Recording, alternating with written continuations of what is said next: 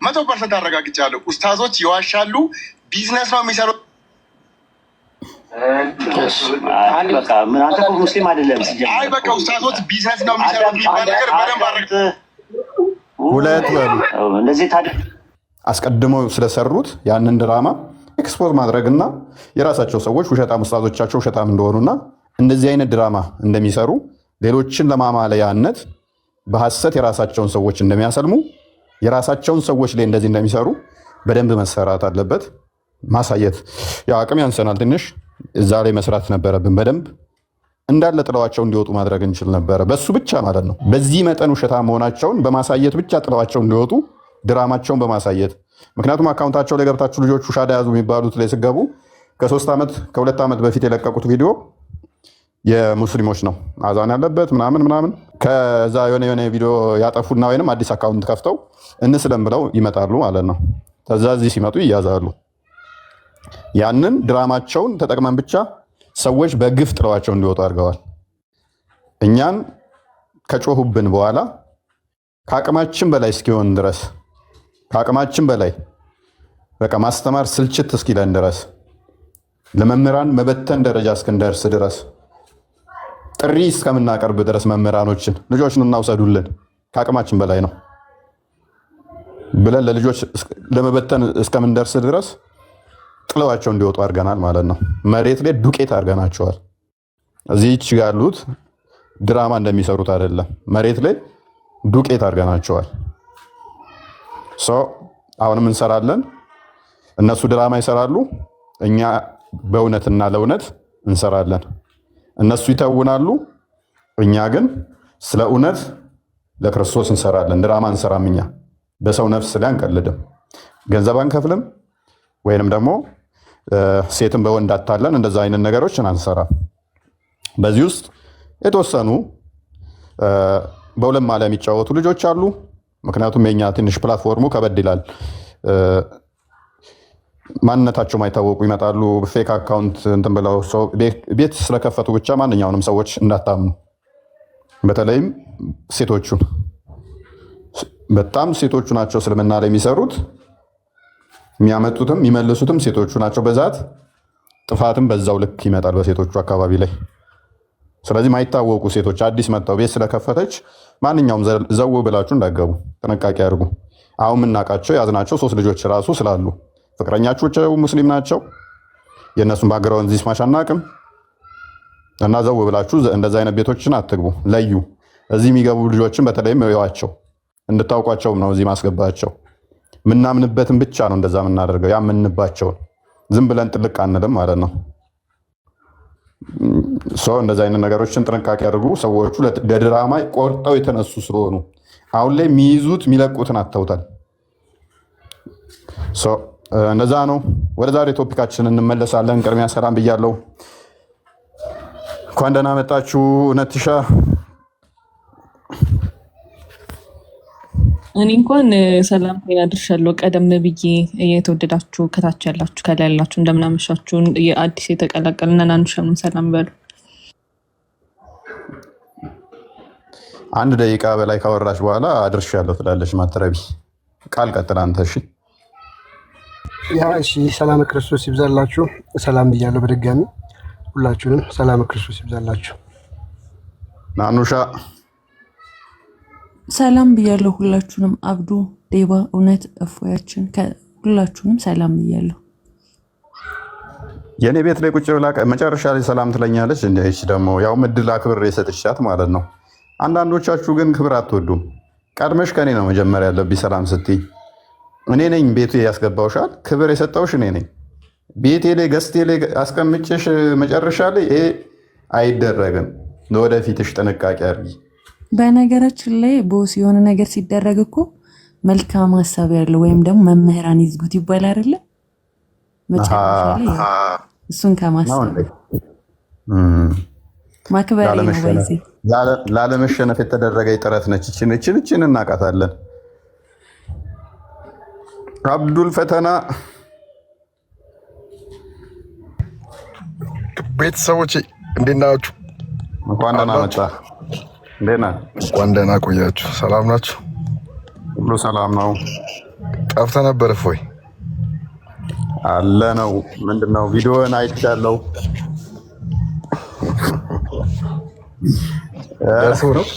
ደርሶ ነው ያ እንደ አልተሰበርክም፣ ግን ስንቴን የተፈጠፈጥከው።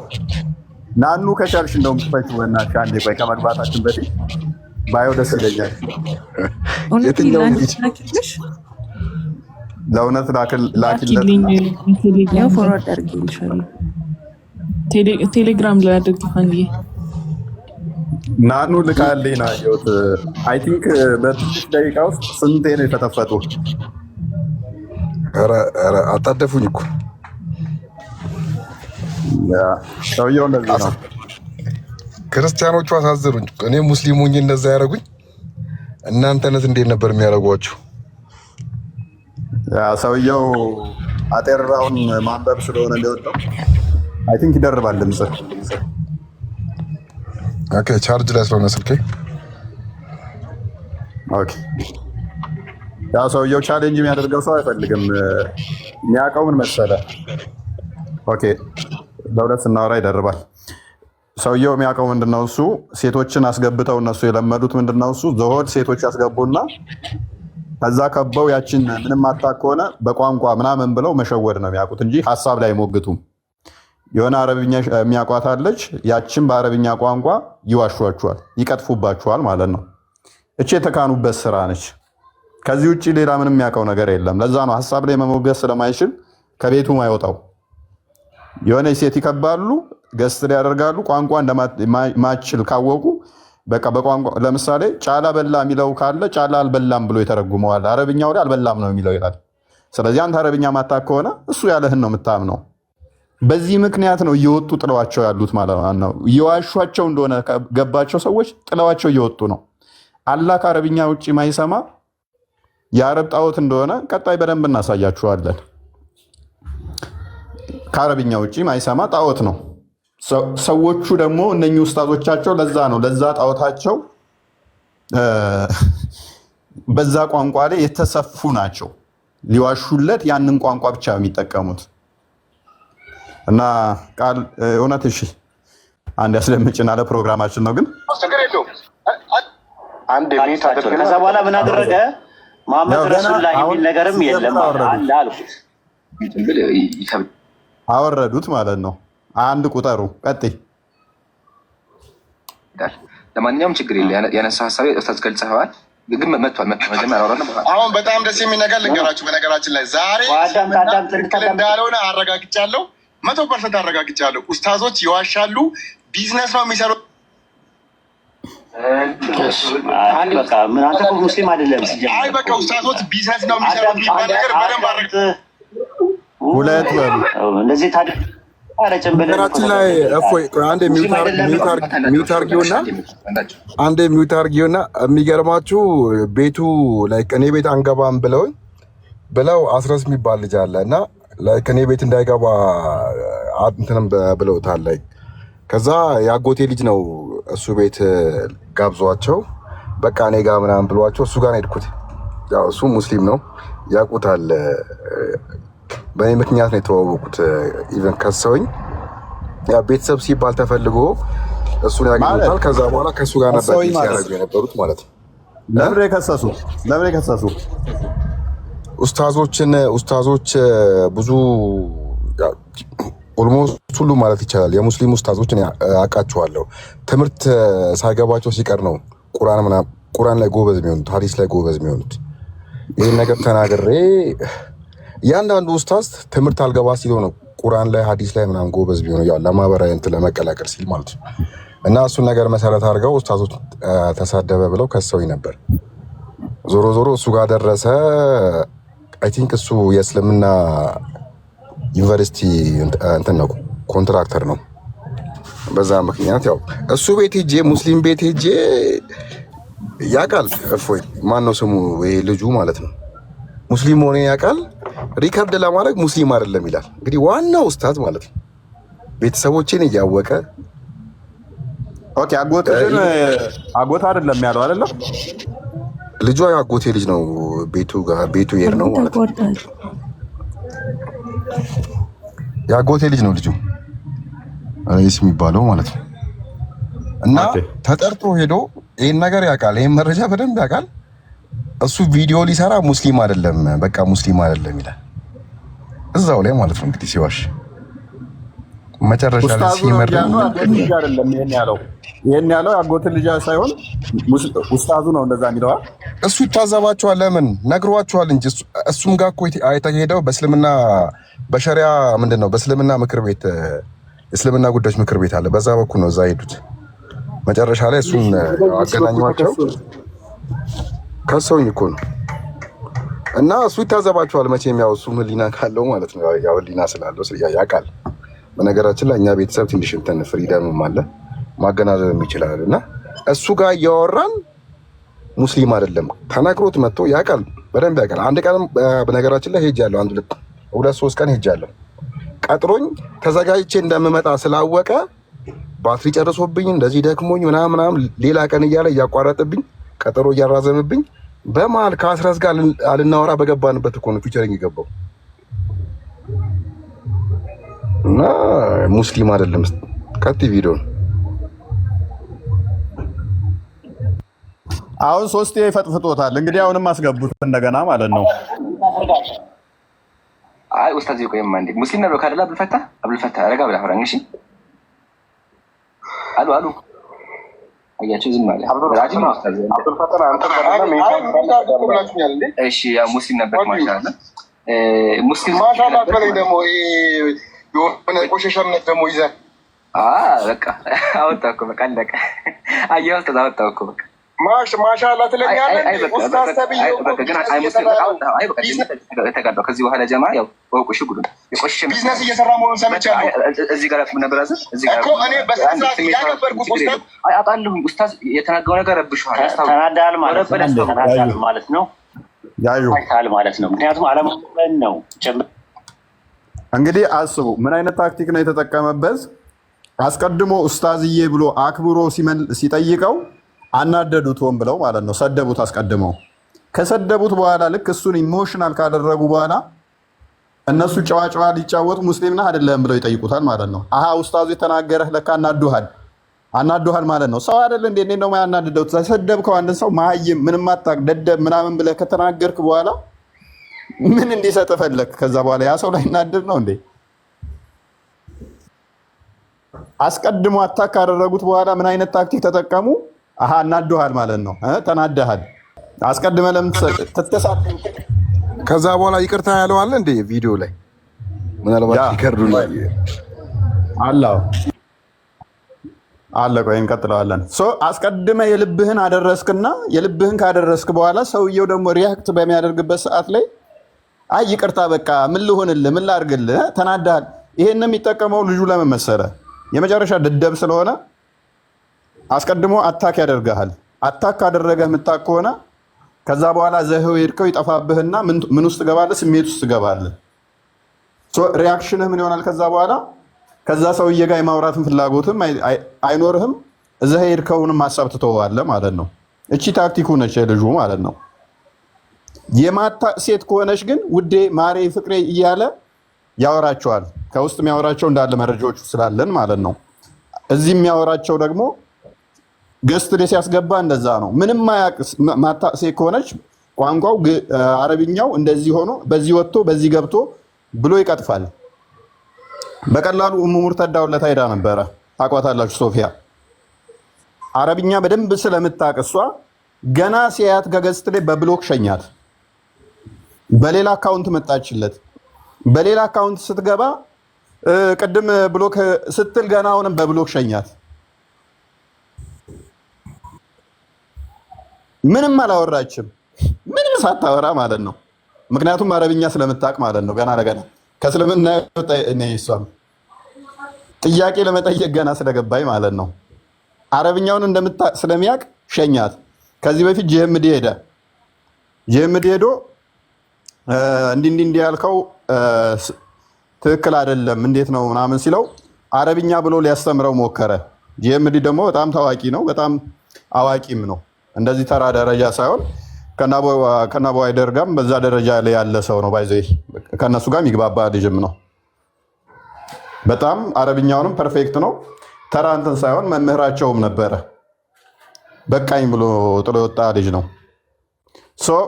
እሱ ሄደና ቻሌንጅ ሲያደርገው ምን አደረገው? አስወረደው። የቤቱ ባለቤት ግን ስላላመነበት መልሶ አስገባው። እንዴት ታስገቡታላችሁ አለ። ከዛ ኧረ ችግር የለውም እንወያይ፣ እኔ ጥያቄ ልጠይቅህ ነው ምናምን አለው። ከዛ አረብኛው እኮ እንደዚህ ነው ምናምን ብሎ ሊፎግር ሲል ይነውሻ አረብኛ በደንብ የሚያውቅ ነው፣ እንደውም ያስተምረዋል። ይሄ ደግሞ የእኛው እዚህ ስማሽ የሚያውቅ አይደለም። ከዛ ልክ አረብኛ ላይ ሲይዘው አንተ እንደውም ሁለተኛ እዚህ ቤት መግባት የለብህም ምናምን ብሎ ከዛ ቤት ሸኘው ማለት ነው። በሌላ ጊዜ ሄደለት ራሱ ቤት መጣና ቅድም ለክርስቲያኗ ልጅ ያስረዳሃት እንዴት ነው እሱ ለእኔ እንደገና ደግመህ አስረዳኝ እስቲ፣ ምክንያቱም አልገባኝም አለው። የተሳሳተ አረዳድ ሲያስረዳ ሰምቶት ማለት ነው። አረብኛው ምናምን ብሎ ሲዋሻ ሰማና ለክርስቲያኗ ልጅ የተናገርከው ነገርን ለእኔ አስረዳኝ እስቲ አለው። ሰምተኸዋል አለው። አልገባኝም አለው። ሂድና ቪዲዮን ፈልግና አዳምጥ አለው። አይ ብታስረዳኝ ምን አለ፣ ለእኔ ግልጽ ስላልሆነልኝ ነው ያልከው ነገር የትኛውም ሊቅ የሙስሊም ሊቅ አንተ እንዳልከው ብሎ አያውቅም፣ በታሪክ ውስጥ የለም። እስቲ አስረዳኝ ድገምና ወይንም አንተ እንዳልከው ያለ አምጣ ሲባል ሁለተኛ እዚህ ቤት ምናምን ብሎ በብሎክ ሸኘው ማለት ነው። ምንም እኮ አላለውም ልጁ። ሚያቅ ሰው ሲገባበት እንደዚህ ነው። አሁን አብዱል ፈተናን የሚያደረገው ምንድነው? እሱ ስሜታዊ ያደረገው፣ አስቀድሞ ሰደበው፣ አስቀድሞ አንቋሸሸው። ልክ አብዱል ፈታ ሪያክት ምላሽ ወደ መስጠት ሲገባ አናዶሃል የተናገርኩህ ማለት ነው፣ አበሳጨህ አይደለ ምናምን ሞቅ ማድረግ ጀመሩ ማለት ነው። ጀማው ተሰብስቦ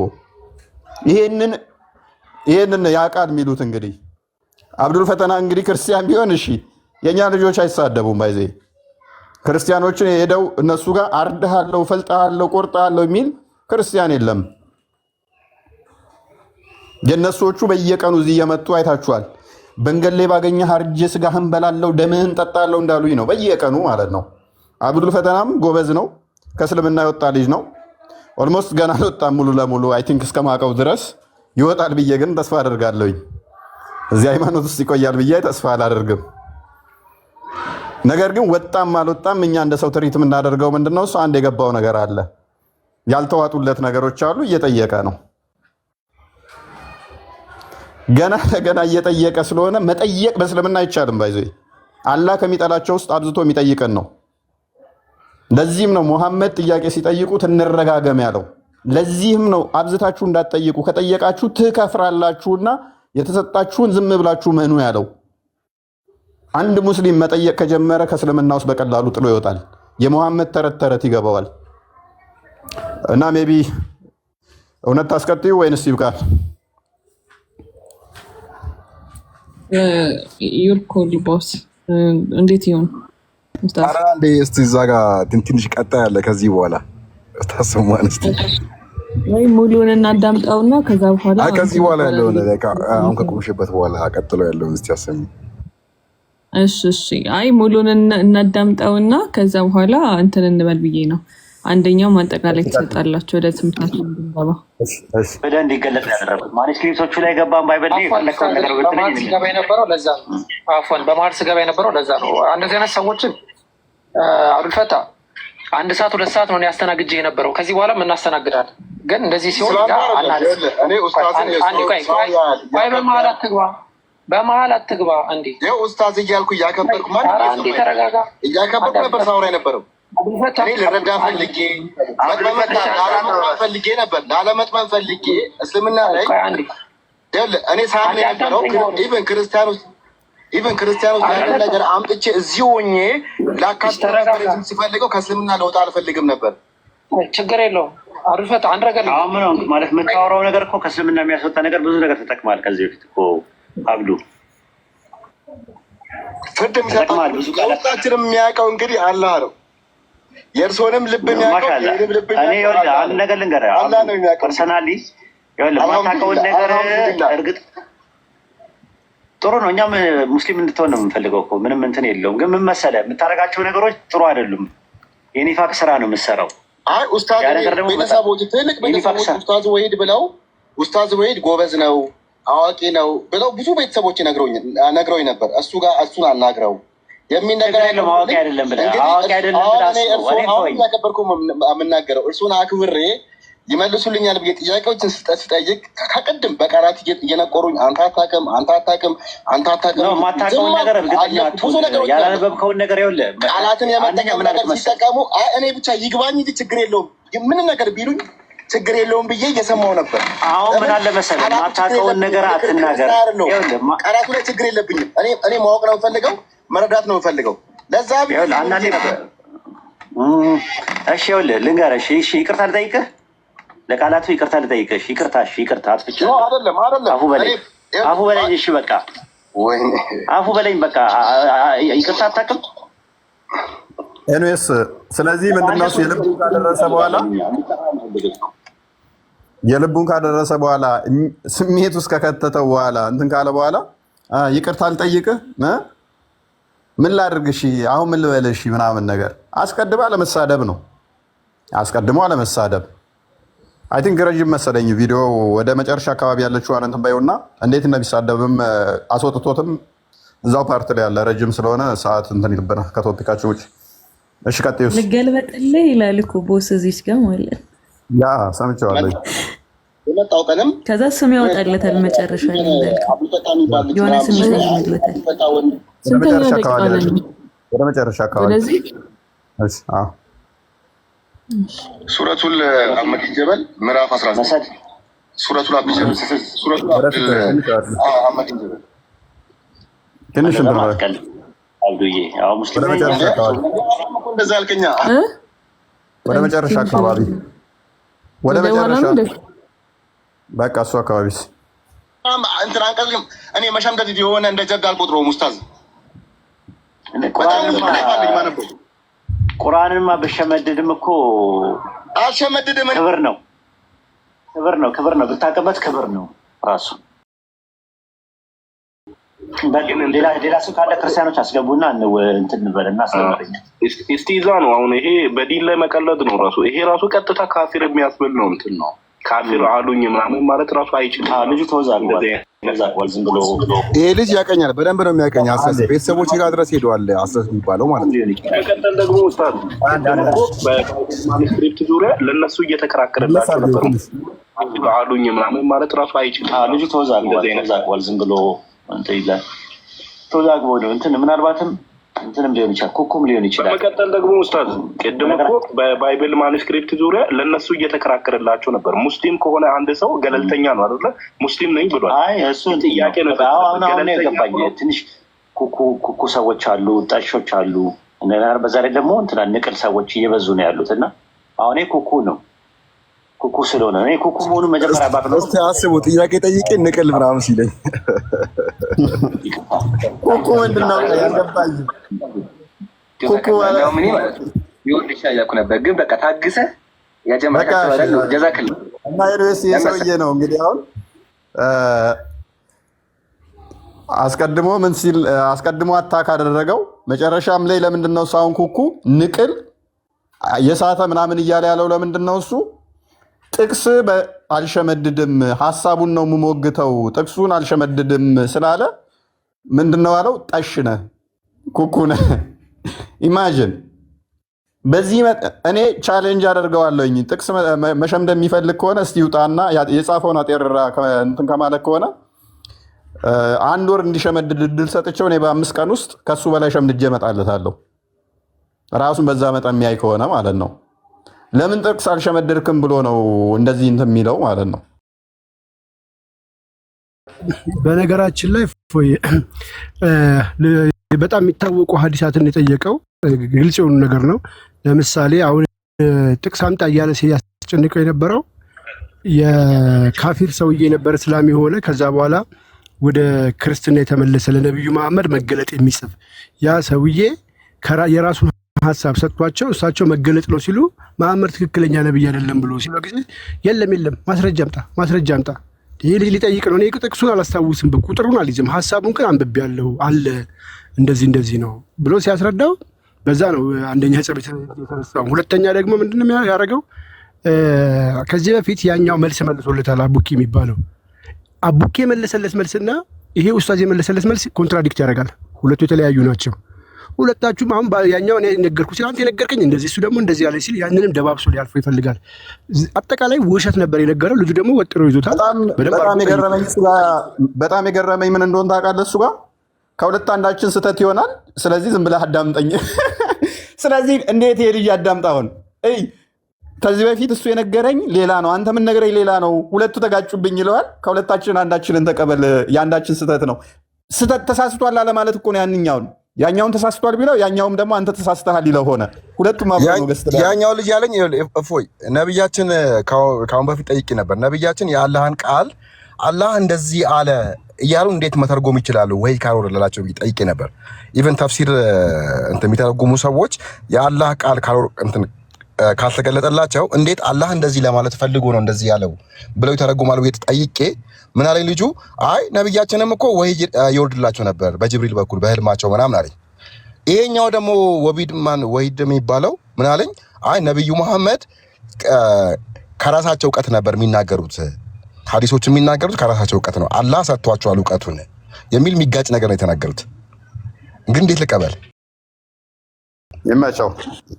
ኤኒዌይስ ያኛውን ላለማረም ሲሉ ከሁለታችን አንዳችን ስህተት ነው፣ ስለዚህ አንዳችንን ዝም በልና ተቀበል። ከዛ በኋላ ደግሞ ተሳዳቢ ነህ። እንግዲህ የእስልምና ዲሌማ ነው። የባቢሎን እንትን ያው ይቀጥላል።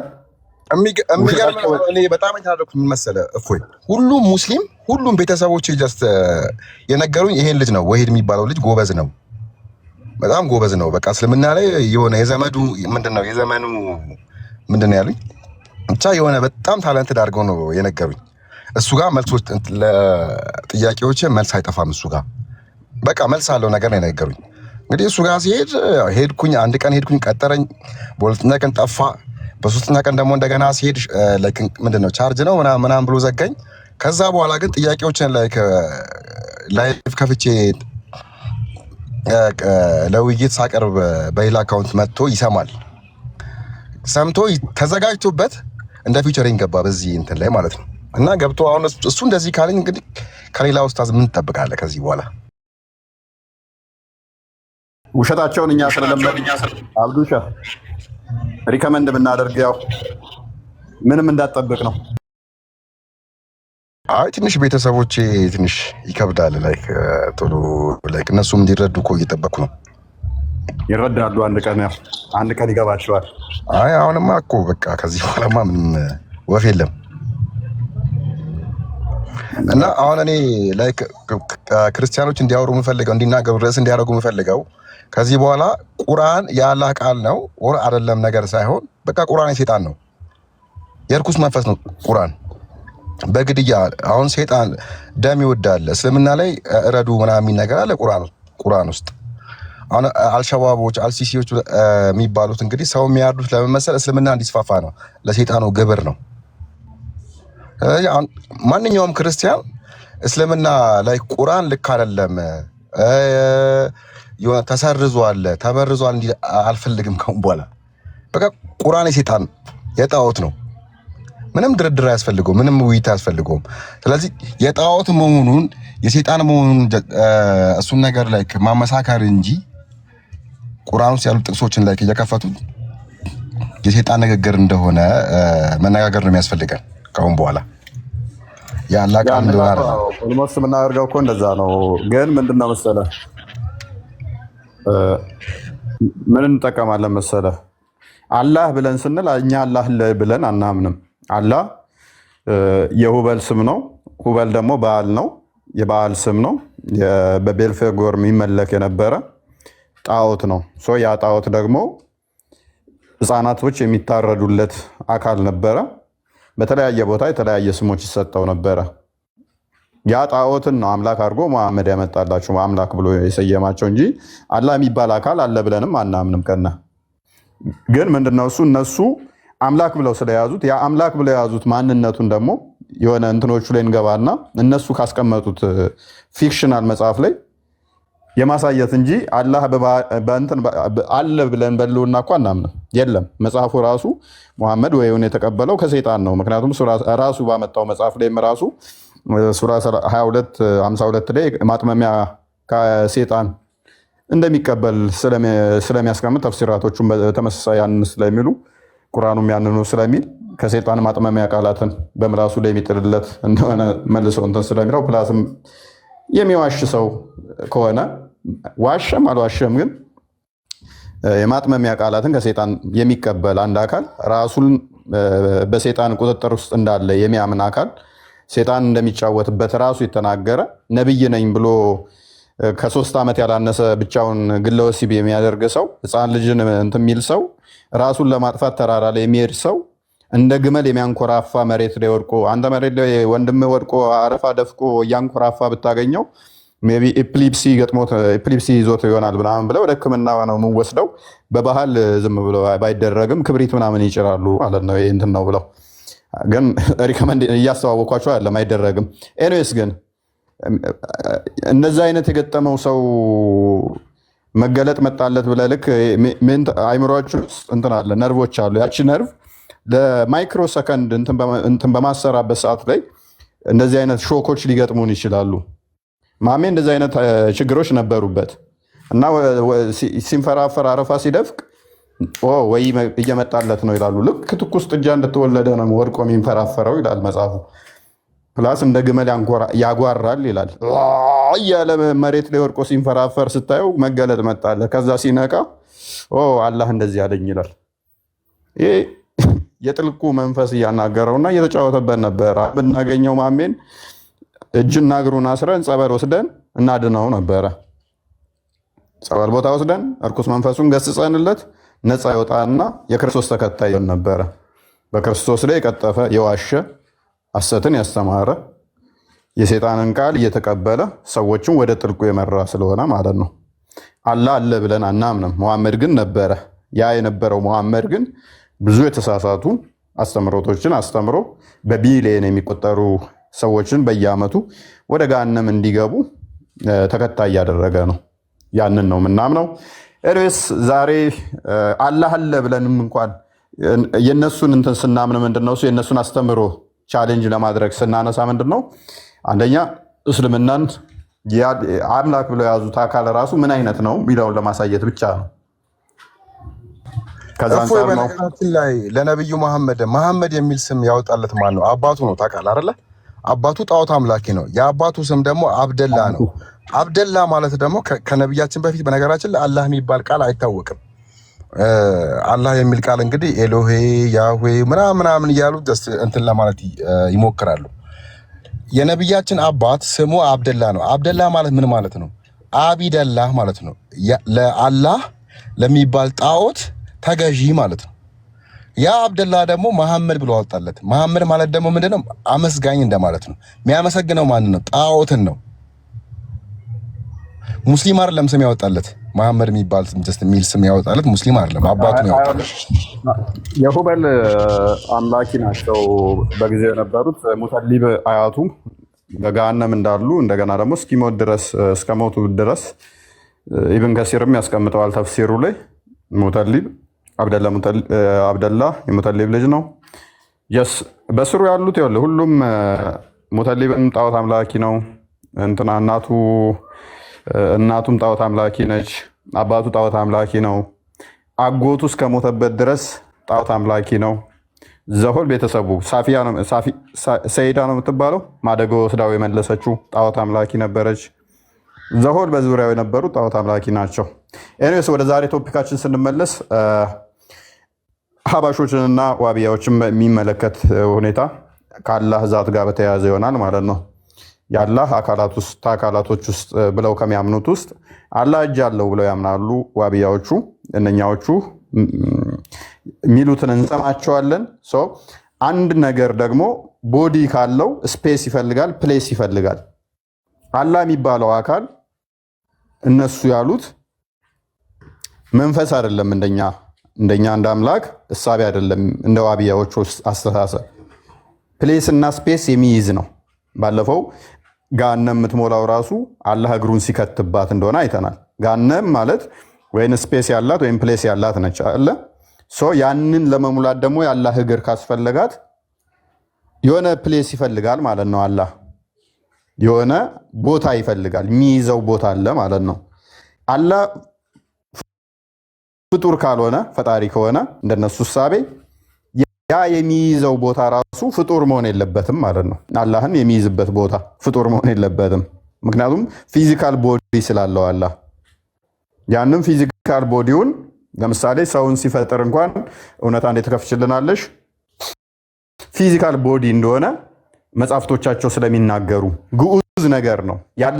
የፈጣሪ ሳቢያቸው ራሱ ግዑዝ ነገር ያለው ግዑዝ ነገር ነው እንጂ እንደዚህ እንደኛ እግዚአብሔር መንፈስ ቅዱስ ነው በሁሉ የሞላ በሁሉ ያለ ረቂቅ እንደዛ ሳይሆን ፊዚክ የሆነ ወርዱ እንደዚህ ቁመቱ እንደዚህ ተብሎ ሊነገርለት የሚችል ነው።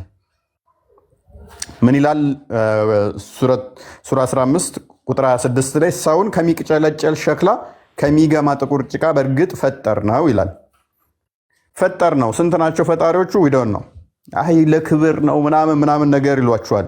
አላህ ራሱን እያከበረ ነው እኛ ሲል እንደዛ ከሆነ ደግሞ እኔ ብሎ ሲናገር ራሱን እያዋረደ ነው ማለት ነው ወይንስ አላህ የንግግር ክሮት እጥረት አለበት? ይረሳል። አንዳንዴ እኛ እያለ ራሱን ያወራል፣ አንዳንዴ ደግሞ እኔ እያለ ያወራል ማለት ነው። ይህንም በተመሳሳይ በሰባተኛውና በስድስተኛው ሴንቸሪ ላይ በአረብ ምድር ላይ በባሉ በአረብኛው ላይ ለክብር እኛ ይባላል የሚል ማስረጃ ሊያመጡ አይችሉም። አሁን ላይ የመጡት ግን በአረብኛ ራስን ለማክበር እንዲህ ይባላል ብለው መጽሐፍቶች ጽፈዋል። በጊዜው ግን እንደዚህ አይነት ሂስቶሪካል ኤቪደንሶችም ማምጣት አይችሉም። በአረብኛ እንደዚህ ይባላል የሚለው ማለት ነው። ኤኒዌይስ እሱን እንተውና ዋና ቶፒካችን የኛው ሰውና ሰውን ከምንድን ነው የፈጠረው? ከሚቅጨለጨል ሸክላ ከሚገማ ሰውን ከሚቅጨለጨል ሸክላ ከሚገማ ጥቁር ጭቃ በእርግጥ ፈጠር ነው አለ። ኦኬ በምንድን ነው የተፈጠረው? በእንደዚህ አይነት ሁኔታ ቁጥር 33 ላይ ስለዚህ ሰውን እንደዚህ አይነት እንደፈጠረውና ከዛ በኋላ ኢብሊስን ስገድለት እንዳለው ይናገራል። ኢብሊስ ደግሞ ሲናገር ወይንም ሲመልስ እንደዚህ እንዳለው ይናገራል።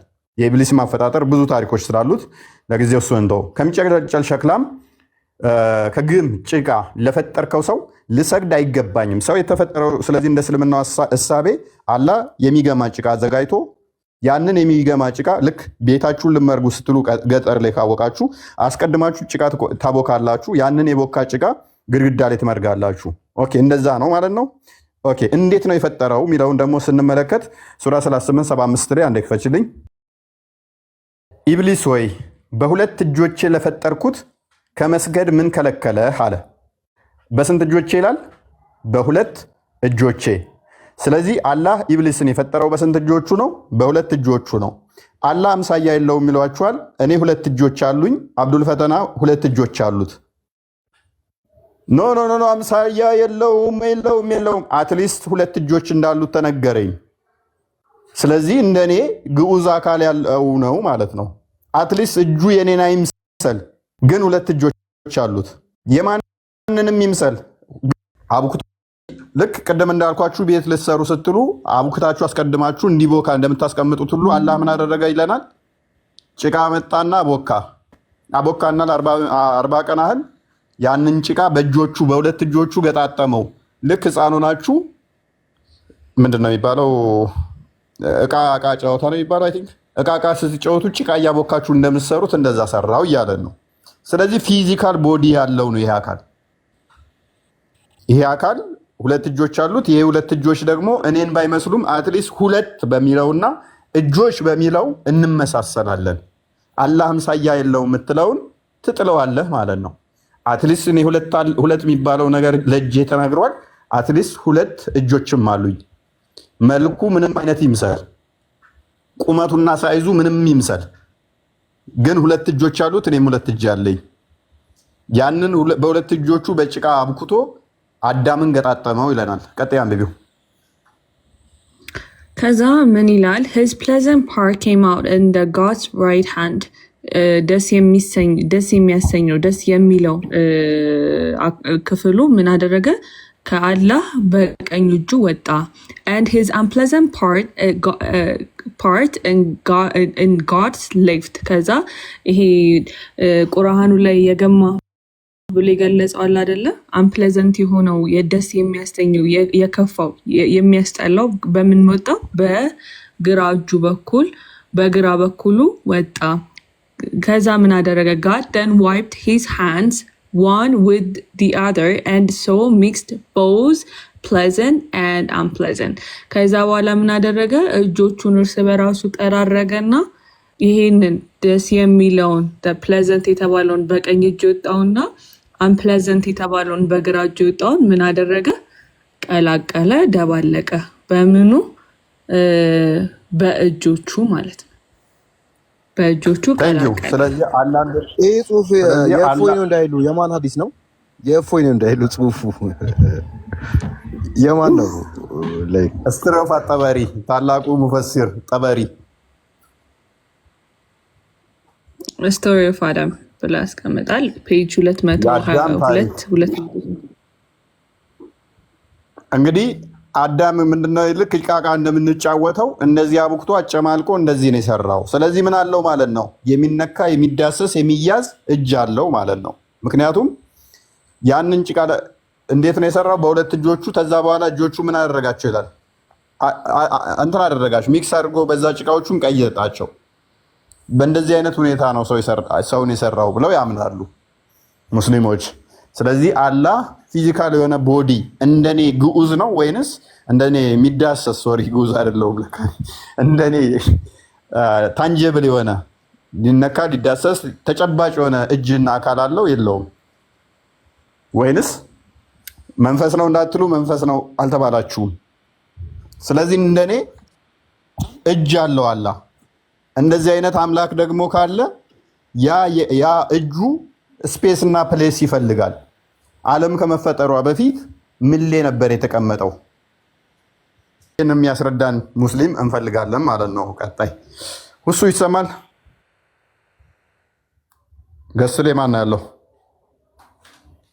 ከድር አለ። ከድር እንዴት ናችሁ? ሰላም ነው? እፎይ እንዴት ናችሁ? ሰላም። ማን ነው? አይ ቲንክ አካውንቴንትን ብሏል። አይ ዶንት ኖ ስታክ አድርጓል። በነገራችን ላይ እፎይ ቅድም እኛ ያልካት ነገር አለች። እኛ የሚለው አሁን ከአምላክ ጋር አርገን መውሰድ የለብንም። ላይ አምላክ ኢቨን እንደዚህ ነው ወይ እንደዚህ ነው ጀስት ወደሚለው እንሄዳለን። በእስልምና ምን አለ መሰላችሁ? ቁረይሾች ጣዖት ያመልኩ ነበር። ካባ አካባቢ ወደ 300 ምናምን የሚሆኑ ጣዖቶች ነበሩ። እነዚያን ጣዖቶችን ያው አላህ ይለዋቸዋል። ላይክ እንደ የአላህ እንደ አማላጅ ማለት ነው። ዋናው አላህ ግን ማን ነው? ጨረቃ ነበር፣ የጨረቃ አምላክ ማለት ነው። እሱ ነው አላህ የሚባለው። ሲን ምናምን ይባላል። ያ ማለት ምንድነው? አላህ የማረግ ስሙ ነው። እና ይሄ አላህ ምናምን ነው። ልጆች አሉት፣ 3 ልጆች አሉት። ምንድነው? አሊላት ምናምን የሚባሉ አሉ፣ ቁርአን ላይም አሉ። ሚስቱ ደግሞ ማናት? ፀሐይ ናት። ፀሐይ ሚስቱ ናት። እና እኛ የሚለው እነሱ ነው፣ ፀሐይና ልጆቹን ነው። ተረዳ? በዚህ ጉዳይ ላይ በፊት እንትን ኮንፈርም ከማድረጌ በፊት እስልምና መልሳለሁ ብዬ ስጠይቅ አላህ የሚለው ኮንሴፕት ምንድነው? እኛ የሚለው ኮንሴፕት ስላሴን ነበር የሚመስለኝ። አሁን ግን ሳረጋግጥ እኛ የሚለው ኮንሴፕት ጣዖቶቹን ነው፣ እንትን ልጆቹንና ሚስቱን ጨምሮ ነው። እኛ አንዳንዴ አንተ ይላል፣ ምንድነው እናንተ ይላል። ያው አንድ ላይ ራሱን ኢንክሉድ ለማድረግ ማለት ነው። ለነዚያ ለቁረሾች እንዲመቻቸው በነገራችን ላይ እና ሙስሊሞች እንዲረዱ የምፈልገው ጨረቃ የሚባል ነገር የጣዖት አምላክ እንደሆነ ጣዖት እንደሆነ ማለት ነው። ፕሪኢስላሚክ ፒሪየድ ላይ አጠቃላይ ጀስት ሚድል ኢስት አካባቢ የነበሩ ሰዎች ጨረቃን እንደ አምላክ ያመልኩ ነበር። ጉግል ብታደርጉ ታገኙታላችሁ። ያንን ጨረቃ እስልምና ውስጥ አካተውታል። የእስልምና ላይ እንደ አርማ ነገር ማለት ነው፣ መስጊድ ላይ ምናምን። ካዕባን ደግሞ ካዕባ የጣዖት ቦታ ነበር። በጣም ብዙ ጣዖቶች የነበሩበት ቦታ ነው። እሱን የጣዖትን ቦታ አሁን እንደ ጸሎት ማድረጋቸው፣ የጸሎት ቦታ ማድረጋቸው፣ የእስልምና አንዱ መስፈርት ማድረጋቸው ምንድን ነው ሚስጥሩ? ሙስሊሞች እንዲገባቸው እፈልጋለሁ። ምናልባት እስቲ በዚህ ላይ አትሮ ካለ እንድትሄድበት። ያ ሜቢ ወደፊት የምንገባበት ይሆናል። አክቹዋሊ ከዚህ ጋር በተያያዘ ሱረቱ ያሲን የሚለው ራሱ ከጋድ ኦፍ ሲን የተወሰደ ነው። ጋድ ኦፍ ሲን ማለት የጨረቃ አምላክ ማለት ነው። በባቢሎናውያን ሲመለክ የነበረ የጨረቃ አምላክ ማለት ነው። በአረብኛውም ጨረቃ የሚለው በወንድ እንትን ነው የተቀመጠው። ፀሐይ የሚለውን ደግሞ በሴት እንትን ነው የተቀመጠው።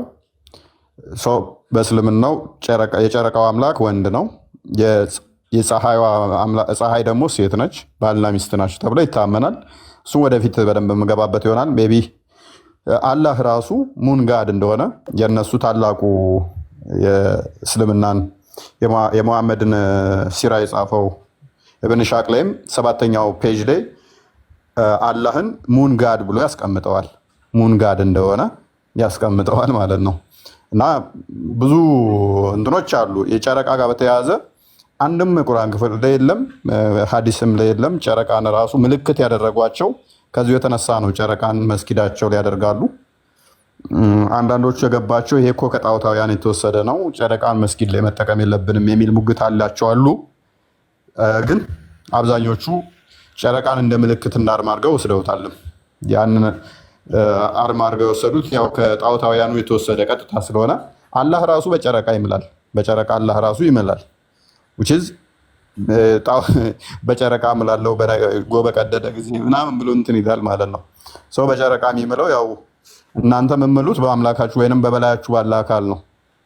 ራሱ የጨረቃው አምላክ በጨረቃ ደግሞ ይምላል ማለት ነው። በጣም ያስቀው የጨረቃ አምላክ ብለው ያስቀመጡትና ጨረቃን እንደ ሴቨር ያስቀመጡት አዳኛችን ታዳጊያችን ብለው ያሉት ምንድነው? በረሃው ላይ በጣም ሞቃት ነው። ይህንን እንትናም በደንብ ያስቀምጠዋል። ፔጁን ስለረሳሁት ልለፍ። ያስቀመጠበት ምንድነው? ከፀሐይ ጨረቃ ለምንድን ነው ለእነሱ ሞር ተወዳጅ የሆነችው የሚለውን ሲያስቀምጠው በጣም ውሃ ችግር አለባቸው። በጣም ደግሞ ሞቃታማ ነው። በረሃ ስለሆነ ከቀን ይልቅ ማታ ነው የሚንቀሳቀሱት። አዳኛቸው አድርገው የሚቆጥሩት ማንን ነው? ጨረቃን ነው። ፀሐዩ በጣም ስለሚያቃጥላቸው በጣም ዴዘርት ስለሆነ ከዛ አንጻር ነው ጨረቃን አምላካቸው አድርገው የጨረቃን አምላክ ሞር ለመቀበል የወሰዱት ምናምን ብሎ ይለዋል። እውነትሻ እና የምታቃጥለዋ ሴት ናት፣ ፀሐይ ስለሆነች ማለት ነው። የምታቃጥለዋ ኔጌቲቭ ነገሩ ሴት ናት። ለዛ ነው በጣም ጥላቻ ውስጥ ያደረበት። ከዛ በኋላም ከዛ ጋር የተያያዘ ነው። ሜይ ቢ እንገባበታለን በዚህ ጉዳይ ላይ ወደፊት ስለምንገባበት። ወደ ዛሬው ቶፒካችን እንመለስና ያለህን ቁርአን ተመለስ። ቁርአን ረጅም ሰዓት ፖዝ ሆኗል እና ወይ ይውረድ። ቁርአን አለ ተመለስ።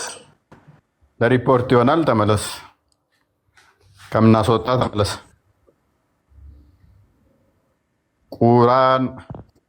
ቁርአን እርግጠኛ ምላሽ ይኖርሃል ብዬ ተስፋ ላድርግና ተመለስ። ይሰማል? አዎ። መልካም። ሙስሊም ነህ? አዎ። አላህ እጆች እንዳሉ ታምናለህ? አላምንም፣ አልቀበለውም። ኦኬ፣ እሺ። ቁርአኑ ላይ ያለውን እንዴት ታደርገዋለህ? አላህ በእጆቼ የፈጠርኩ ሲል እሱ የሆነ ነገር ለመፍጠር ሲፈልግ ኩን ፈየኩን ነው። ድምፅህን በጣም ከፍ አድርገው፣ በጣም አይሰማም። አላህ አንድን ነገር ለማድረግ ሲል ኩን ፈየኩን ለማለት በማለት ነው የሚያደርገው። ስለዚህ ቁርአኑ ተሳስቶ ነው በእጆቼ ነው የፈጠርኩ ሲል? ቁርአን ተሳስቶ ሳይሆን መጽሐፍ ቅዱስ ውስጥ ለራሱ ብዙ ቦታ ላይ ቁርአኑ በእጆቼ የፈጠርኩ ሲል ተሳስቶ ነው።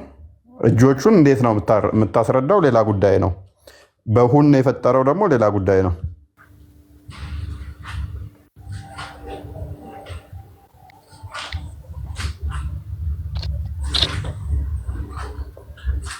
በሁን ነው የፈጠረው ወይስ በእጆቹ ነው የፈጠረው? አሁን ማንን ነው የፈጠረው? የሰው ልጅ ያ የሰው ልጅ እንግዲህ በሁለት እጆቼ ብለዋል። ግን ኦኬ፣ ስለዚህ በሁለት እጆቼ ሲል ምን ማለቱ ነው?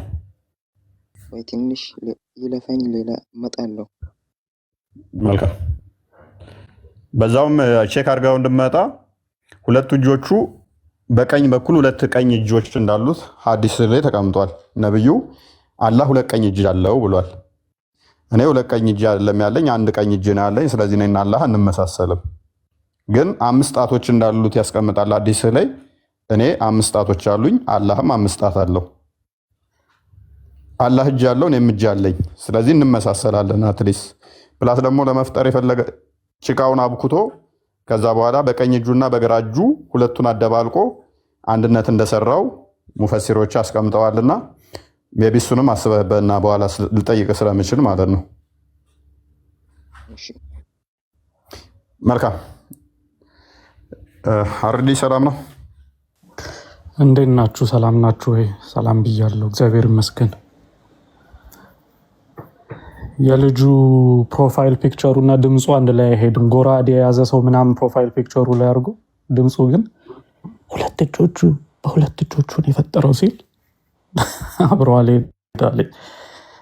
በመጀመሪያ እኮ በእጆቹ አይደለም ብሎ ነበረ፣ በይሁን ቃል ነው ብሎ ነበረ። መረጃው ሲመጣ ደግሞ የቀየረው መረጃው ሲከፈት ጊዜ በእጆቹ ነው አለ። አላህ ደግሞ መንፈስ እንዳልሆነ ይታመናል። ሰው መንፈስ ካልሆነ ደግሞ ምንድን ነው? አላህ ግዑዝ ነገር ነው ማለት ነው። ያ ግዑዝ ነገሩ እንዴት ነው የሚለውን ስፔስ እና ፕሌስ ይፈልጋል አለ። ግዑዝ ነገር አንድ ነገር ሊታይ ሊዳሰስ ሊነካ የሚችለው የሆነ ቦዲ ሲኖረው ነው። ልክ ነው።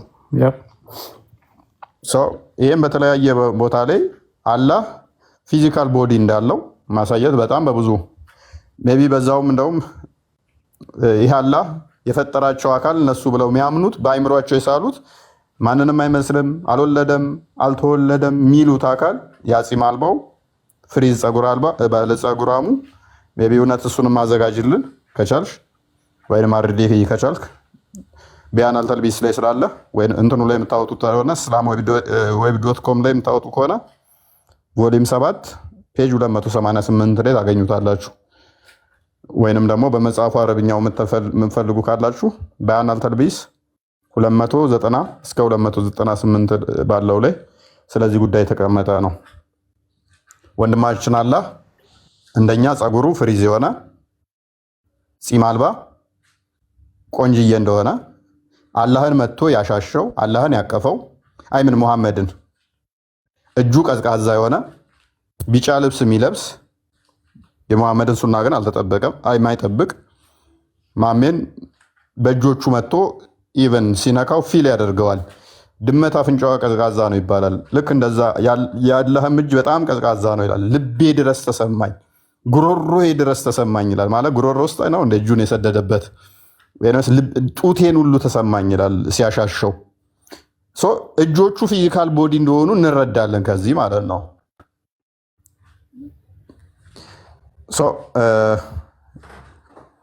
ቀጥይ እውነት ተቆርጧል እኔ ጋ።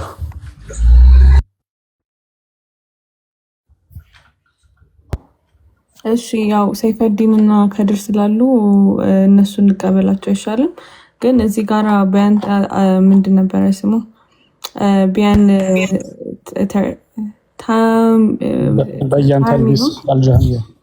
አልጃሚያ የእነሱን ስም ተውኝ እባካችሁ እንዳትቀየሙኝ። ከዛ ሜሴንጀር ኦፍ አላህ ያላ ሜይ ፖሊስ ቢ አፖን ህም እንግዲህ ያላ መልእክተኛ ምን ብሎ ተናግሯል? ያ ኦፍኮርስ ፖሊስ አላለች።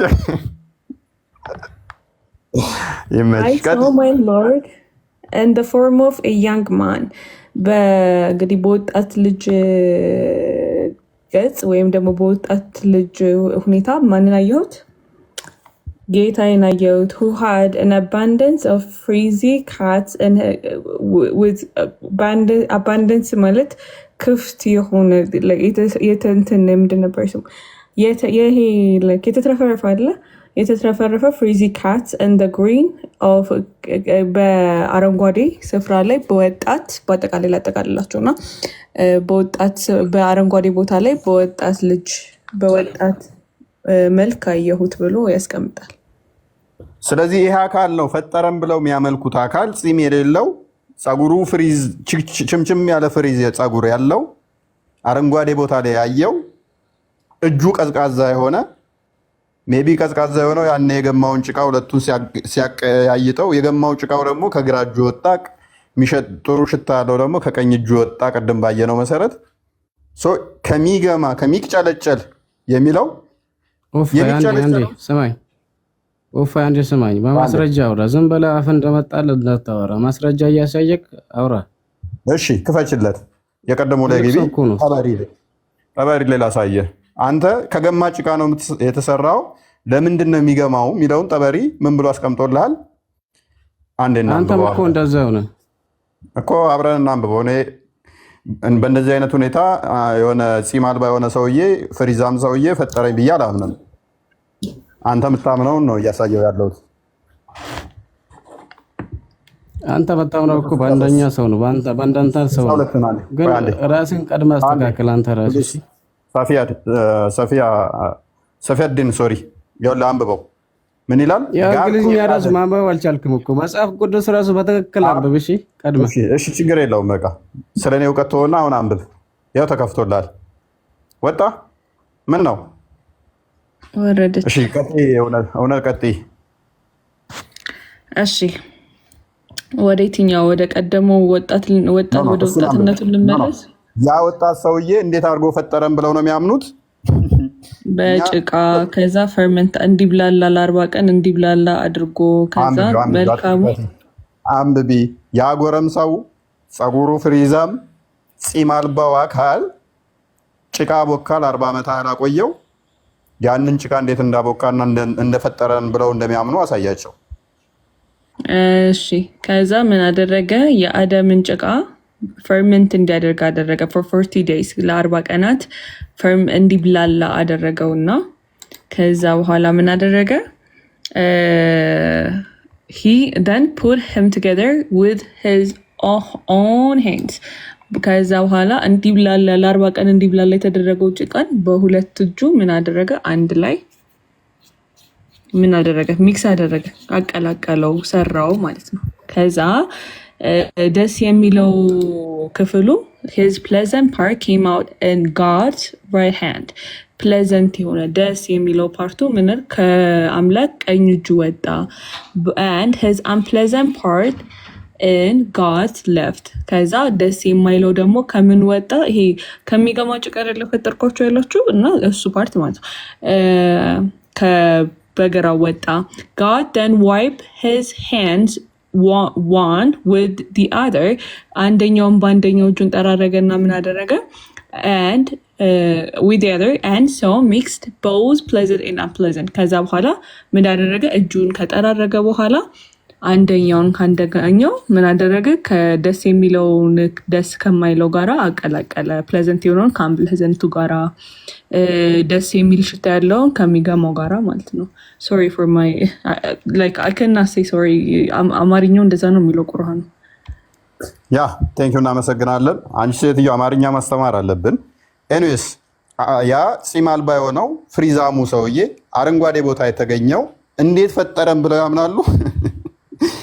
ጭቃ አቦካ ለ40 ቀን አቆየ። ከዛ በኋላ ጭቃው እንደባለቀው ከቀኝ እጁ ቆንጆ ሽታ ወጣ፣ ከግራ እጁ ሚገማ ወጣ። ከዛስ ሰው አድርጎ ሰራው አዳምን። ኦኬ ይሄ ቁርአኑ ላይ ሱራ 15 26 አንዴ ክፈችልኝ ከዚሁ ሳትወጪ 15 26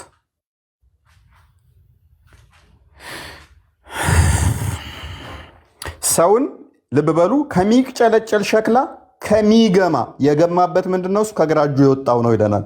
ጥቁር ጭቃ በእርግጥ ፈጠር ነው፣ የሚጨለጨል ሸክላ ነው አለን። ለምንድነው የሚጨለጨለው የሚለውን ደግሞ ተመለሻውን ወደ መጽሐፉ።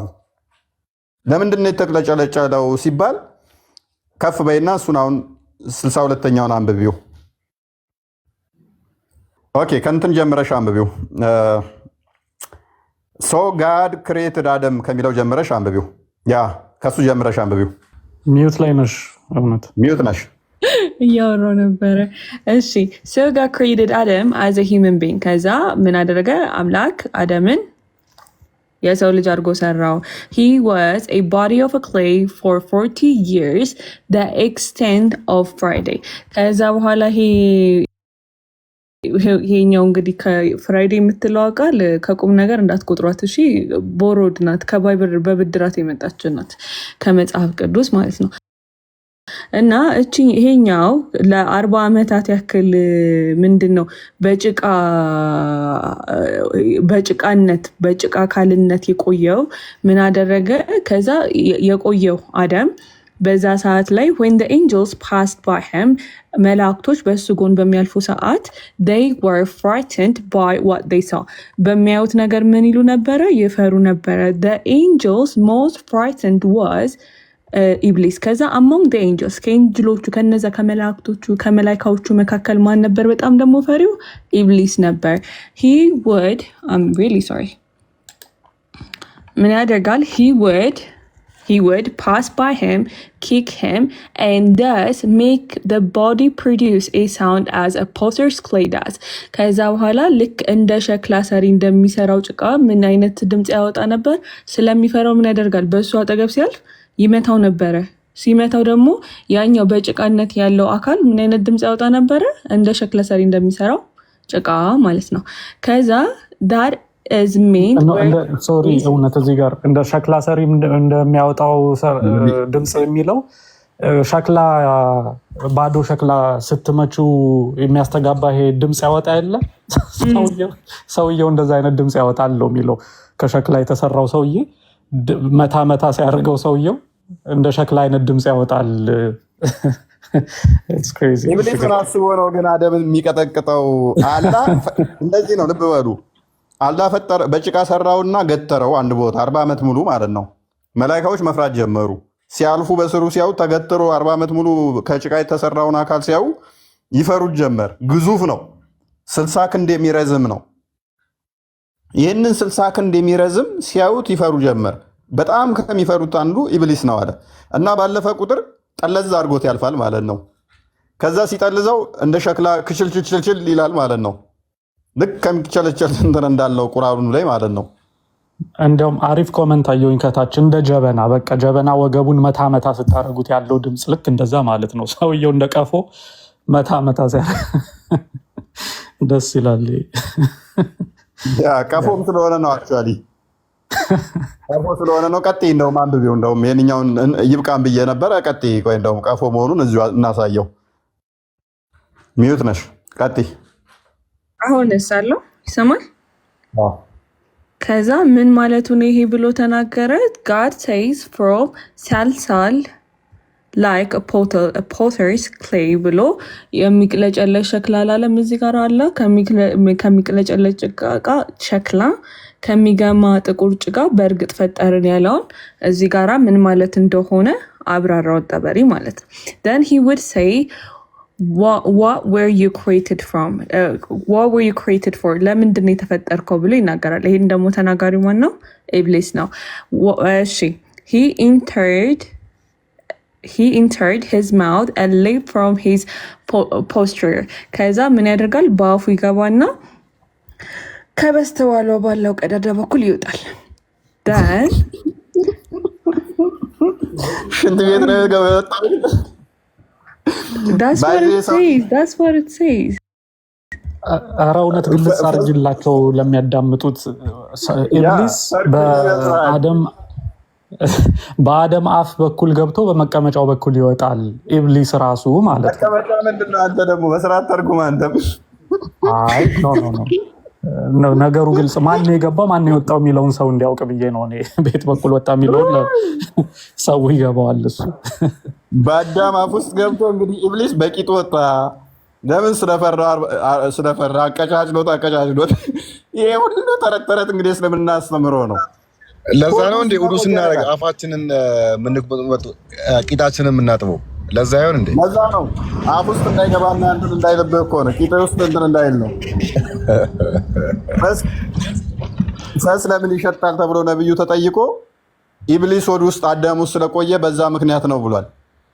ፈስ የሚሸጠው ኢብሊስ ወዳችን ውስጥ ገብቶ ስለቆየ ነው። በሱ ምክንያት ነው ግማቱ የመጣው የፈስ ብሏል። ኤኒዌይስ ይሄ ተረት ያ ወጣት የሆነ ቅድም ያያችሁት ጸጉሩ ፍሪዛም የሆነ ፂም አልባ የሆነው አካል ፈጠረኝ ብሎ ማመን በራሱ ያማል። ከምር እንደዚህ ነው የተጫወቱባችሁ። ይሄንን ተረት ውስጥ ነው ያላችሁት። በእንደዚህ አይነት ሁኔታ ነው የተፈጠርነው ብላችሁ ማለት ነው። ቆይ ግን ዋናው ፓርቱን እንሂድ እንዴ። ዋናው ፓርቱንማ አድሬስ አናደርግ አናልፍ። ከዛ በአፉ ገብቶ በኋላ ይወጣል። ከዛ ምን ይላል? ደን ሂ ሴድ ቱ ዘ ኤንጀልስ። ይበቃል? እርግጠኛ ነህ? እሺ ይበቃናል። ሌላ ቀን እንገባበታለን ከሌላ ቶፒክ ጋር በተያያዘ። ኤኒዌይስ ማሳየት የፈለግነው ዋናው ስለዚህ መጽሐፍ እፎይ ብትነግራችሁ ጥሩ ነበር። እፎይ የጻፈው መጽሐፍ ነው፣ ክርስቲያኖች የጻፉት መጽሐፍ ነው እንዳይሉ የመጽሐፉን ላይ ምን እንደሆነ ብትናገር ቆንጆ ነው።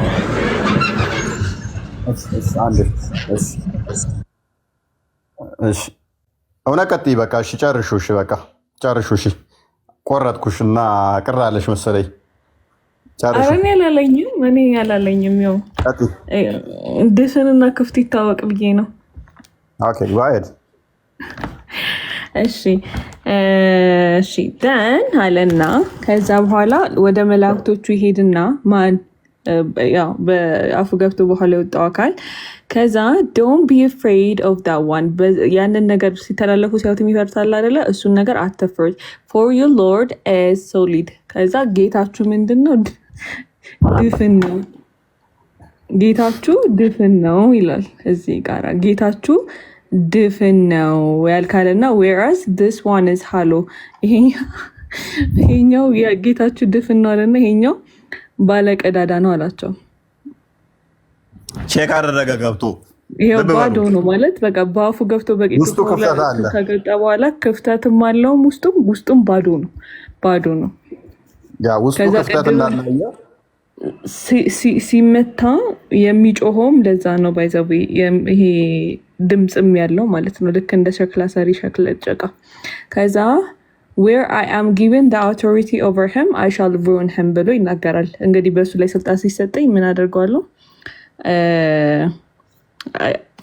አበላሸዋለሁ ወይም አሰቃየዋለሁ አይነት ነገር ብሎ ተናገረ። ሱረቱ ኢኽላስ ላይ አላሁ ሰመድ የሚለው አላህ ድፍን ነው። ኢብን አባስ ብሎ የሚያስቀምጠው አስቀድሞ ኢብሊስም አላህ ድፍን ነው ብሎ ስለተናገረ ነው። ኢብሊስም አላህን አየ፣ መውጫ መግቢያ የለውም። አደምን የፈጠረው ግን በምን አይነት ነው? ድፍን አድርጎ እንደሰራው አይሚን። አደም ግን ክፍተት አለው።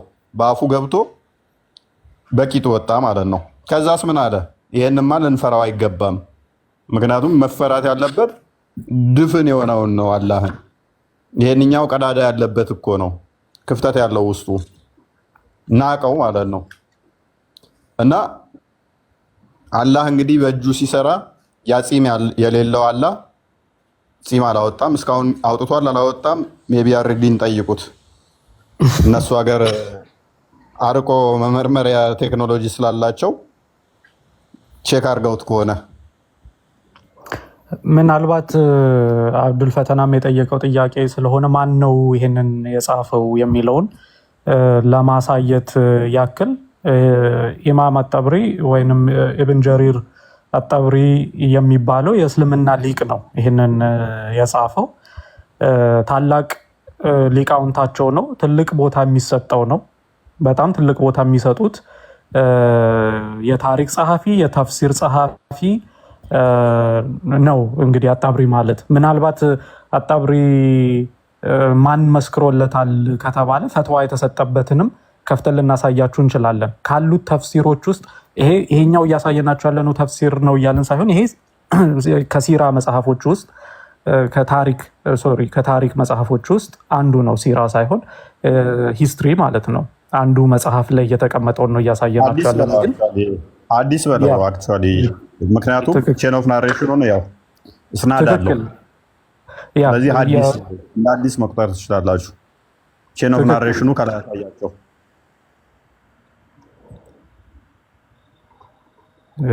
ይሄ ምስሉ ነው።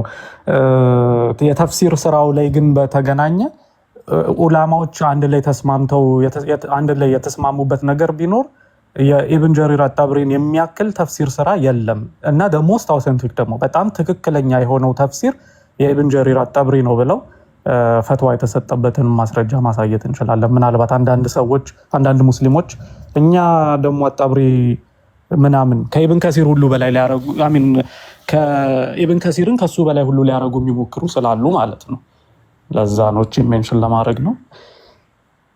ታላቅ ስኮላር ነው። ይጀመር ደግሞ ከሁሉም ቀዳሚው ነው። አይ ቲንክ በሶስተኛው እንትን ላይ ነበረ ነው። በሶስተኛው መቶ ላይ አካባቢ የኖረ ነው በእነሱ ማለት ነው። ልክ ነው።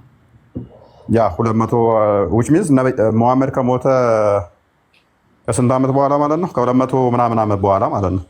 ከ300 ዓመት አካባቢ ከ200 ዓመት ያ። ስለዚህ ለመሐመድም ቅርቡ የሚባለው እሱ ነው። እንትና ኢብን ከሲር መሐመድ ከሞተ ከ700 ዓመት በኋላ ነው የመጣው እና ኢብን ሀጀር አልአስቃላኒ እንደዚህ ትናንት የመጡ ናቸው። ከዚህኛው አንጻር ይሄኛው ለነብዩ መሐመድ በጣም በነሱ ቅርቡ ነው። ስለዚህ በነ ቡሃሪ ዘመን ነው። በነ ቡሃሪ ዘመን ነው። በነ ቡሃሪ ዘመን ነው። በነ ቡሃሪ ጊዜ ነው። ያ እና የሚገርማችሁ እነ ኢብን ጀሪር ያስቀመጡት ታሪኮች በብዛት በቃ እንደመጣ ነገሮች ብዙ እስልምና ላይ ብዙ ማስተካከያ ሳደረጉባቸው ያሉ ታሪኮችን በብዛት አስቀምጠዋል። አሁን ይሄ መሐመድ ከሰይጣን ተቀብሎ የተናገረውን ነገር ሌሎችን በጣም ብዙ ነገሮችን እንደወረደ አድርገው ታሪኩ ብዙ ሳይበረዝ ብዙ ሳያስተካክሉት ቁጭ አድርገዋል። እና ኢብን ከሲር ግን በኋላ ከስንትና ስንት መቶ ዓመት በኋላ 700 ዓመት በኋላ መጥተው ግን እነዚህን የመጀመሪያዎቹን ስራዎች ብዙ እንደማያዋጡ ሲገባቸው ብዙ ማስተካከያ እያደረጉ መጥተዋል እና ለዛ ነው። መልካም እሺ። ቁርአን እንኳን ደህና መጣ። ተመልሰህ መጣህ። ይሰማል ቁርአን? ይሰማኛል።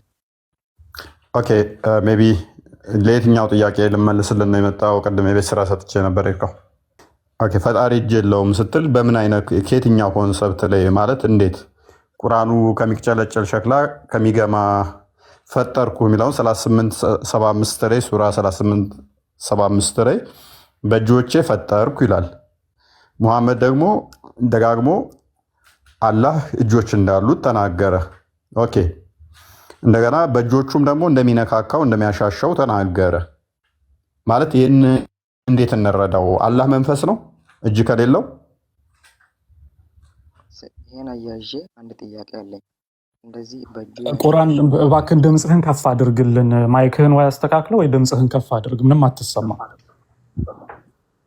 አዎ በእጁ የፈጠረው አሁን ድምፅህን ከፍ ማድረግ አትችልም? ቁርአን አይ ትንሽ ሰው ረብሻለሁ እዚህ ጋር። ከባድ ነው ግን አሁን ትንሽ ድምፅ እንታገስ። እሺ ቀጥል።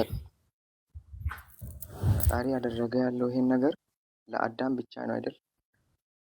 እሺ ይሁን። እሺ ቀጥል። ለምን አዳምን በጭቃ እሱን ብቻ እንዳደረገው ታውቃለህ? አላውቅም። ለአዳም ክብር ነው። እሺ ኢየሱስን ለራሱ እሱ ኩን ቆይ አይደለም፣ ፈያኩን አይደለም። ኢሳን ከሆነ የምታወራው 9 ወር ሙሉ ተረግዞ ነው የተወለደው እንጂ ፈያኩን በሚል አይደለም ያለው። 9 ወር ተረግዞ ነው የተወለደው። እዛ ውስጥ አትግባ። ቆይ በእጆቹን የፈጠረው አይደለም። በእጆቹ እንደፈጠረ አውቄያለሁ። ታዲያ እጆች የሉት የምትለኝ ለምንድን ነው ታዲያ? በእጆቹ ፈጠረው እያለ ለይሰ ከሚስሊሂ ሸይኡን ሲልስ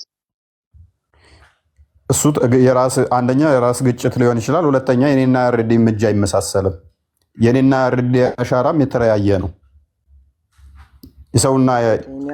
የሰውና የጦጣም እጅ አይመሳሰልም። አላህ ሜቢ እጅ አለው። የኔና በቢሊየን ሰው አሻራ የተለያየ ነው። አሻራችን ሊለያይ ይችላል። የእሱ እጅ ሜቢ ረጅም ሊሆን ይችላል። የእሱን እጅ የሚመስል የለም። በቃ ያንም ያህል እጅ ስለሌለ ጣቶቹ የኔን ክንድ የሚበላልጥ ወገቤ የሚያካክል ሊሆን ይችላል። አይመስልም። የማንንም እጅ የእሱ እጅ ይለያል። አሁን እዚህ ጋር በእጄ ፈጠርኩ ሲል በሌላ ማስረጃ ደግሞ እሱን የሚመስል የለም ብለዋል። እዚህ ጋር በእጄ ፈጥሬያለሁ እኮ ነገርኩ። ቁርአን ነገርኩ እኮ አይምሰል ግን በእጆቹ እጆች አሉት አይደለ? የሚዳሰሱ ፊዚካል ቦዲ የሆኑ አሉት።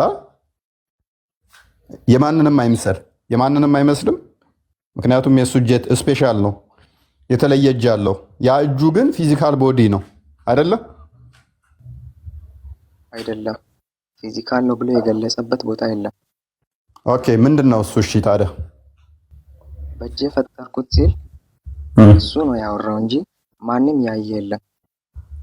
እኔ ያወራሁት አላልኩም እኮ። ማንም ሲጀመር አላህም አውርቶ አያውቅም። መሐመድ ነው ያወራው። ግን በእጆቹ ፈጠረው ብሎ ሲነግራችሁ እንዴት ነው ብለህ መጠየቅ ደግሞ የለብህም እንዴ ታዲያ? ጠይቄያለሁ። ስጠይቅ ምንድን ነው መልሱ? እጆቹ የተባልከው ምኑን ነው ታዲያ? መጀመሪያ ላይ ታሪኩ ሲነሳ መጀመሪያ ፈጣሪ አዳምን ከመፍጠሩ በፊት መላኢካዎችን ሰብስበው አይደለም እኔ ዓለምን የሚተካ ፍጥረት ነው የምፈጥረው አለ። እሺ በእኔ ቦታ የሚሆን ስል ከባድ የሆነ ነገር ነው። ስለዚህ በእጆቼ ነው ፈጠርኩት ይላል። የእሱን ቦታ የሚተካ መልካም። ስለዚህ አላህ ያሻርካል እያልከን ነው። እናመሰግናለን። አላህ የእሱን ቦታ ለፍጥረት ይሰጣል። እሺ ቀጥል።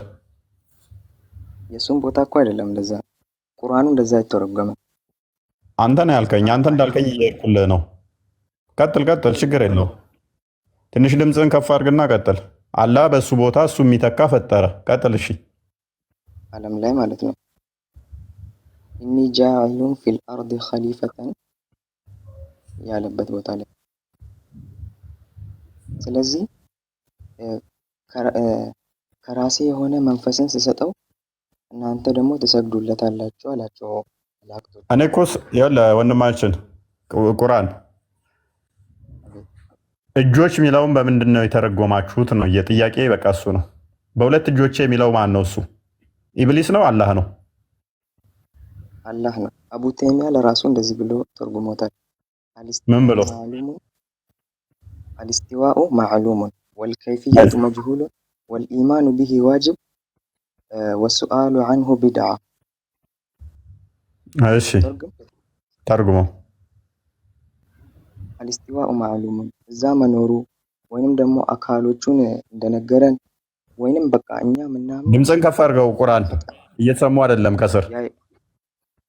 ያ የምናምነው ፈጣሪ እንዳለ ወይንም ደግሞ አካሎቹን ነግሮንም ይሆናል። እኛ ማመን ያለብን ያ ፈጣሪ እንዳለ ማመን ያለብን ብሏል አቡ ተይሚያ።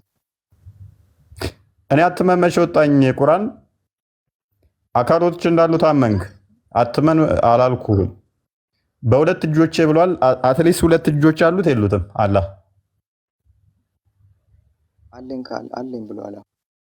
ስለዚህ እነኛ በሁለት እጆቹ ጭቃ አብኩቶ አደምን ሰርቶታል? አልሰራውም?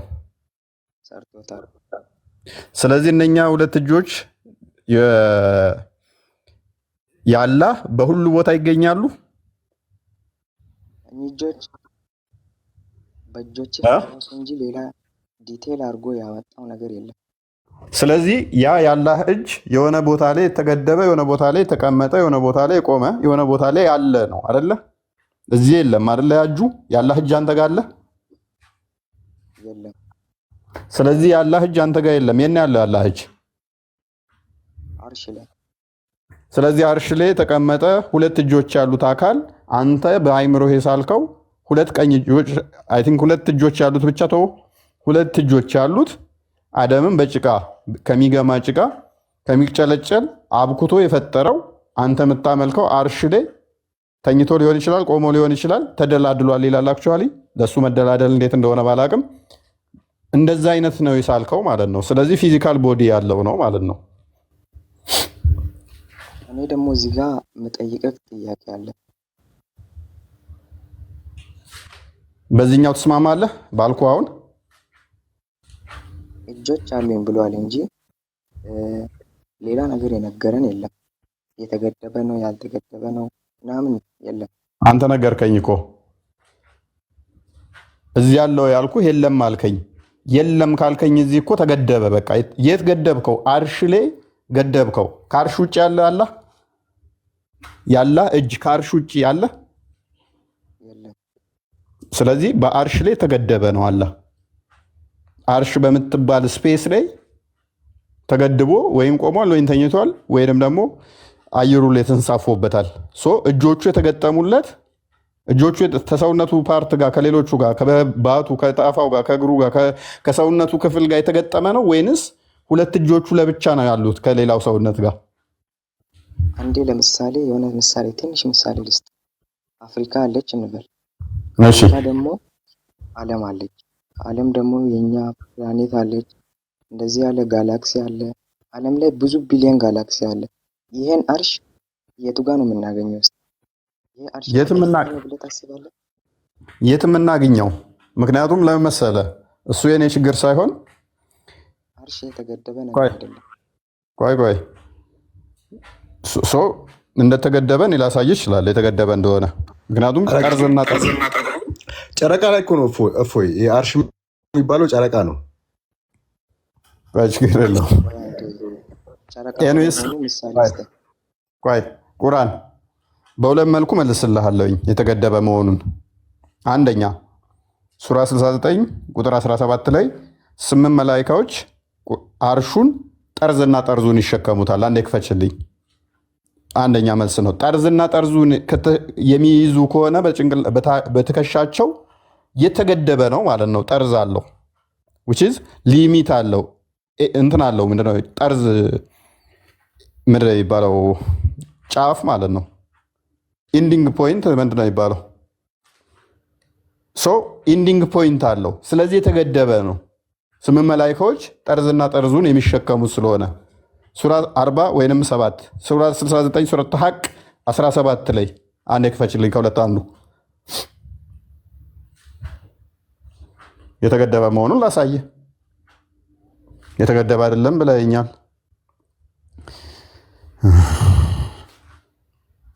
ቁጥሩ ስንት ነበረ? 69 17 69 17 ያ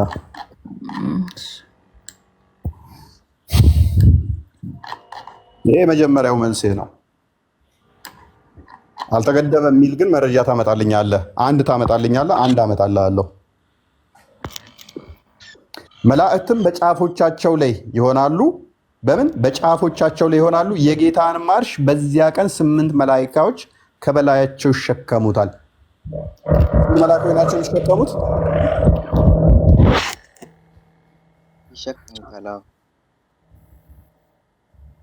በየምኗ ላይ ሆነው በየጫፎቿ ላይ ሆነው አይደለ? አርሹን ይሸከሙታል። ስለዚህ ኢንዲንግ አለው የለውም? ያልተገደበን ነገር ነው የሚሸከሙት።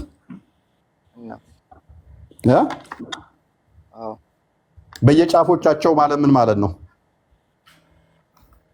ያኒ መላእክቶች በጣም ትልቅ ናቸው። ሺህ ጊዜ ትልቅ የሆኑ ለምን? አንዱ መልአክ ዓለምን አያክልም። ዩኒቨርሲቲውን አንዱ መልአክ ሄደ አሁንም ኢንዲንግ ፖይንት ይኖረዋል። 8 ናቸውና። ቆይ እናንተን እንዴት ነው የምትገልጸው? ስለዚህ መልስ የለህም ማለት ነው። የእኛው ላይ እንደተመታብህ ገባ። ሁለተኛ አርጉም እንትልስ ነው 3 እያልኩ ልቀጥል ወይንስ አንተ ያልተገደበ ነው አርሽ የሚል መረጃ ትሰጠኛለህ? በጣም ሰፊ ነው። አሁን አይምሮህ እንዴት በምን አይነት ህሳቤ ውስጥ እንዳለ አይዶን ነው። ሺህ ጊዜ ሰፊ ይሁን አልኩህ እኮ። አንዱ መልአክ ራሱ ዩኒቨርስን ያክል አልኩህ እኮ። 8 ከሆኑ ተገድቧል። በቃ አሁንም ከዛ ውጭ የለም። ፈጣሪ ለመሆን ስንት መሆን አለበት? ያ ነገር እንዴት ነው የምንግባባው? ወገን አሁን ደከመኝ፣ ልቀመጥ። በቃ ብዙ ተንቀሳቀስኩ። አርዲ ሊያወራ ፈልጓል መሰለኝ። ማይክ ያነሳ መሰለኝ።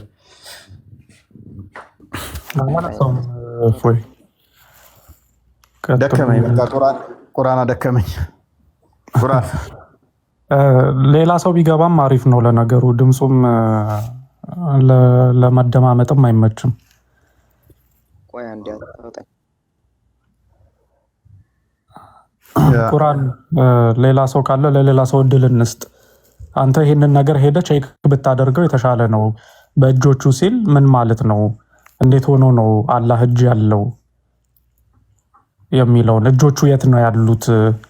ሰውነቱ ላይ ነው ያሉት ወይንስ አላህ ሰውነት አለው ወይንስ ሰውነት የለውም የሚለውን እነሱን ቼክ ብታደርግ ጥሩ ነው።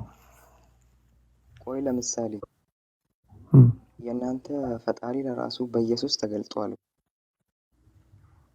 ስለ ክርስትና እኮ አይደለም እየጠየቅን ያለ ነው። ስለ እስልምና አንተ የምታምነው እምነትህ ምንድን ነው? አካል አለው ወይንስ የለውም አምላክህ ብለን እኮ ነው።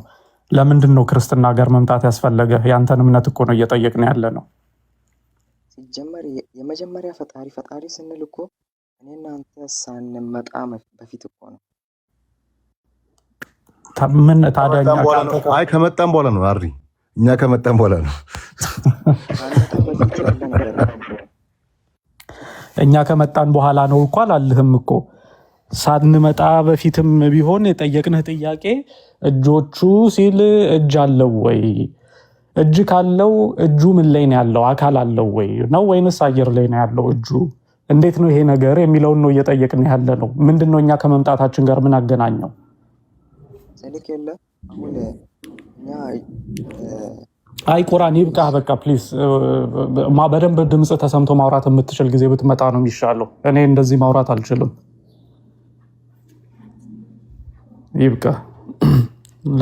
ሌላ ሰው ካለ ሌላ ሙስሊም ይግባና እዚህ ዋየርለስ ነው ብሏል። በነገራችን ላይ አርዲ በእኛ የሆነ አባባል አለ። እንደ ሀዲስ ይሁን እንደ አባባሉ አላቅም። ድሮ ላይ የሰማሁት ነገር አለ። አላህ ምንድነው ሳቅ የመጣበት ሳቅ እንዴት መጣ? በእናንተ በክርስትና የሚታወቅ ነገር አለ?